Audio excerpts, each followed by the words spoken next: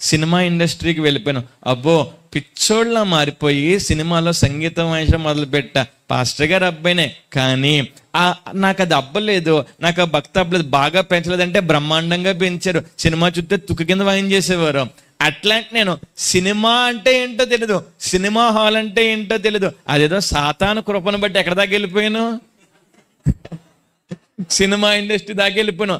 అక్కడికి వెళ్ళిపోయి ఆగితేనా అంటే అక్కడ ఆగలా. డబ్బు మీద వ్యామోహం పెరిగిపోయింది, ఫేమ్ మీద వ్యామోహం పెరిగిపోయి ఏం చేశానంటే అర్ధరాత్రులు పబ్బుల్లో కూర్చుని సంగీతం వాయించేవాడిని. ఈ దినానండి మన ప్రార్థన జీవితంలో మనం ఏం కోల్పోతాం చెప్పనా? సహనాన్ని కోల్పోతాం. మనం ఏం కోల్పోతాం? సహనం కోల్పోతాం. మా అమ్మగారు అసలు ఈ ఆల్ నైట్ ప్రార్థన పెట్టడానికి గల ముఖ్య కారణం ఏంటంటేనండి, ముఖ్య కారణం ఏంటో తలలు బాగా వినండి. ముఖ్య కారణం ఏంటంటే ఈ ఆల్ నైట్ ప్రార్థన మా అమ్మగారు గత 3 సంవత్సరాల క్రితం ప్రారంభించడానికి గల కారణం ఏంటంటే నాకు పెళ్లి కావడానికి. దేనికి చెప్పండి? మీరు నన్ను ఒకసారి ఇలా పైనుంచి కిందకు చూడండి, నన్ను ఒకసారి చూసారా? నాకేం తక్కువ, నాకేం తక్కువ? ఇలాగే నేను మా సంఘంలో ఏమండి నాకేం తక్కువ అంటే ఒళ్ళు తప్ప అన్నీ ఎక్కువేరా నీకు అన్నారు. మీరు చెప్పండి నాకేం తక్కువ? చూడడానికి బాగానే ఉన్నానా? చెప్పండి అమ్మా, పర్లేదా? బాగానే ఉన్నా. ఇట్లా నా కోసం మా అమ్మగారు ఏం చేశారంటే ఆల్ నైట్ ప్రార్థనలో ప్రార్థన చేయడం మొదలు పెట్టారు. బాబా నా బక్క కొడుక్కి ఎక్కడ అమ్మాయిని దాచిపెట్టావో ఆ అమ్మాయిని తెచ్చి చేయి ప్రభు అని చెప్పి ప్రార్థన చేయడం మొదలు పెట్టారండి. ప్రార్థన చేయడం మొదలు పెడితే 1 నెల అయిపోయింది, 2 నెలలు అయిపోయింది, 3 నెలలు అయిపోయింది. 3 నెలల్లో రాత్రంతా ప్రార్థన చేస్తా ఉంటే ఏం రాలేదు, సమాధానం రాలేదు, జవాబు రాలేదు. మా అమ్మగారు సహనాన్ని కోల్పోకుండా 1 సంవత్సరం అంతా ఏడుస్తా ప్రార్థన చేశారు. ఏడుస్తా ప్రార్థన చేస్తే ఏమైందో చెప్పనా? నేను హైదరాబాద్లో భయంకరమైన పాపపు ఊబిలో, పాపంలో నేను మునిగిపోయినా అనమాట. ఎలాగంటే క్లుప్తంగా చెప్తాను. ఇది మా అన్న సంఘమే కాబట్టి నేను ఎప్పుడన్నా రావచ్చు, నేను ఎప్పుడన్నా వెళ్ళచ్చు, ఎప్పుడైనా నా సాక్ష్యాన్ని మీతో పంచుకోవచ్చు. ఇది మా అన్న సంఘమే కాబట్టి పర్లేదు.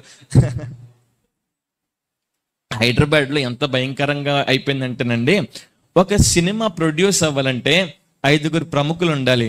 Director, hero, heroine, producer, music director. ఆఖరుణ్ణి నేనే అన్నమాట.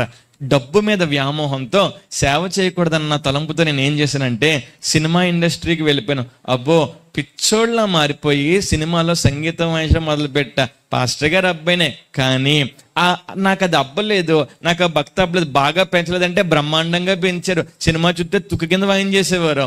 అట్లాంటి నేను సినిమా అంటే ఏంటో తెలీదు, సినిమా హాల్ అంటే ఏంటో తెలీదు. అదేదో సాతాను కృపను బట్టి ఎక్కడ దాకా వెళ్ళిపోయాను, సినిమా ఇండస్ట్రీ దాకా వెళ్ళిపోయాను. అక్కడికి వెళ్ళిపోయి ఆగితేనా అంటే అక్కడ ఆగలా.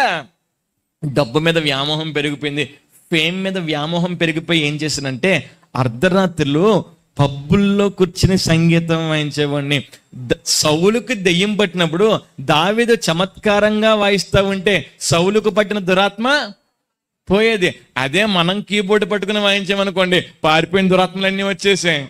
అది మన లైఫ్, సింపుల్గా అది మన లైఫ్. అట్లాంటి నేను ఒక దినాన నిజామాబాద్లో ఒక ఎమ్మెల్యే గారి యొక్క 25th యానివర్సరీకి వాయించడానికి వెళ్ళి అక్కడ వాయించేసి తిరిగి వస్తూ ఉంటే నా కారు 140 కిలోమీటర్ల వేగంతో ప్రయాణిస్తూ లారీని ఢీకొని 5 పిల్టీలు కొట్టండి, డివైడర్ను గుద్దుకుని ఆగింది. కారులో ఉన్నవాడికి ఒకడికి చెయ్యి ఇరిగిపోయింది, ఒకడికి కాలు ఇరిగిపోయింది, ఒకడికి మెడ దగ్గర బలమైన గాయం తగిలింది. కారు అంత వేగంతో పడిపోయినప్పుడు అద్దం పగిలిపోయి చిప్స్ కింద అయిపోయి ఒక సహోదరుడికి మోకాల్లో గుచ్చుకుపోయినాయి. డాక్టర్స్ పరిశీలన చేసి మీకే ఇంతలా తగిలినాయి అంటే ఆ కారు నడిపినాడు నుజ్జు అయిపోయాడంటే నేను నడుచుకుంటూ వచ్చి, సార్ ఆ కారు నడిపింది నేనే సార్ అన్నాడు. రే నీకేం కాలేదా అన్నారు. ఏం కాలేదు సార్ అన్న. వాళ్ళకి అనుమానం కుదరక పైనుంచి కిందకి చెక్ చేసి వాళ్ళు నాతో అన్న మాట తెలుసా, ఎస్ఐ గారు నుంచున్నారు, డాక్టర్ గారు నుంచుని నువ్వు బతికేవంటే నీ గొప్పతనం కాదురా, నువ్వు ఏ దేవుడికి దండం పెట్టుకున్నావో ఆ దేవుడు నిన్ను కాపాడేసాడురా అన్నారు. అప్పుడు నా లోపల సమాధానం ఏంటో చెప్పనా, చాలే ఊరుకొని నేను దండం పెట్టుకోవడం ఏంటండి. అసలు సినిమాల్లోకి వెళ్ళిపోయి పబ్బుల్లో వాయినడు ప్రార్థన చేస్తాడా? మీరు చెప్పండి. చేయడం. కానీ ఆ దినాన నేను బ్రతికిపోయినంటే కారణం ఏంటో చెప్పనా? అప్పుడు నా తల్లి ఆ సంపూర్ణ రాత్రి ప్రార్థనలో కార్చిన కన్నీరు, ఆ యాక్సిడెంట్లో నేను కొట్టుకెళ్ళిపోకుండా తేలి ఒడ్డుకొచ్చేసేలా చేశాడు దేవుడు. స్తోత్రం చెల్లిందామా? మా అమ్మ అనుకుంది, ప్రభువా ఈ ఆల్ నైట్ ప్రార్థన మొదలుపెట్టింది, ఓహో నా కొడుకుని యాక్సిడెంట్ నుంచి బయటకు తీసుకురావడానికి అని చెప్పి దేవుడిని ఎంతగానో స్తుతించింది. అంత భయంకరమైన దాని నుంచి బయటకు వచ్చేసిన తర్వాత నన్ను చూసి చాలా సంతోషపడింది. కొన్నాళ్ళు ప్రార్థన చేయడం తగ్గించింది. అంటే ప్రార్థన చేయడం తగ్గించిందంటే పెళ్లి కోసం ప్రార్థన చేయడం తగ్గించింది అనమాట. ఇప్పుడు మనం ఎక్కడున్నామంటే అమలాపురం ఇంట్లో ఉన్నాం. అటు ఇటు తిరుగుతూ ఉంటే, ప్రవ్వా నా కొడుకు ఒక్కడే ఇంట్లో తిరిగితే బాగలేదు ప్రవ్వా, నా కొడుకు జతకి ఎవరు కావాలి ఇప్పుడు? భార్య కావాలని చెప్పి మళ్ళీ ఏడుస్తా ప్రార్థన చేయడం మొదలు పెట్టిందండి. ఎలా ఏడుస్తా ప్రార్థన చేసేది అంటే, అది చూస్తున్నా నాకు అనిపించేది ఏడ్చి ఏడ్చి చచ్చిపోద్దేమో మా అమ్మ అన్నంతగా ఏడ్చేది. 2 సంవత్సరాలు అయిపోయింది, పెళ్ళి కాల, సంబంధాలు రాలేదంటే బ్రహ్మాండమైన సంబంధాలు, కోట్లు సూట్ కేసులు పట్టుకుని మా ఇంటి చుట్టూ తిరిగే కోట్లు కట్నం ఇస్తామండి, మీ అబ్బాయిని ఇచ్చి చేయండి అని చెప్పి. మనలో ఏం లేదు, కోట్లు సూట్ కేసులు పట్టుకుని మీ అబ్బాయిని ఇచ్చి చేయండి, మీ అబ్బాయిని ఇచ్చి చేయండి అంటే అసలు మా సంబంధాలు వస్తున్నాయి. కోట్లు అంటే ఎవరికి ఇష్టం ఉండదండి? వేసుకునే కాదు, మీరు వేసుకునే అనుకుంటారేమో, కోట్లు తెచ్చి ఇంటి ముందు పెట్టి చెయ్యండి, మీ అబ్బాయిని చేయండి అంటే ముందు దాకా వెళ్ళిపోతున్నారు కానీ సంబంధాలు ఏమీ కుదరట్లేదు. ఆఖరికి ఒకళ్ళు ఏం చేశారంటే, అసలు నవీన్ గారి ఫిగర్ ఎంతో కనుక్కోండి అన్నారు. అంత తెచ్చి పెట్టేస్తే నవీన్ గారు చేసేస్తారేమో అనుకుంటే, అసలు ఎంత డబ్బు తెచ్చి ముందు పెట్టినా అసలు పెళ్ళి ముందుకెళ్ళట్లేదు. అప్పుడు మా అమ్మగారు ఇంకా హోరెత్తున ప్రార్థన చేయడం మొదలు పెడితే 3 సంవత్సరాల కన్నీటి ప్రార్థన ఫలితము దేవుడు నా జీవితంలో చేసిన అద్భుతమైన వివాహము. స్తోత్రం చెల్లిందామా? ఏమండి నేను ఈ మాట చెప్తాను.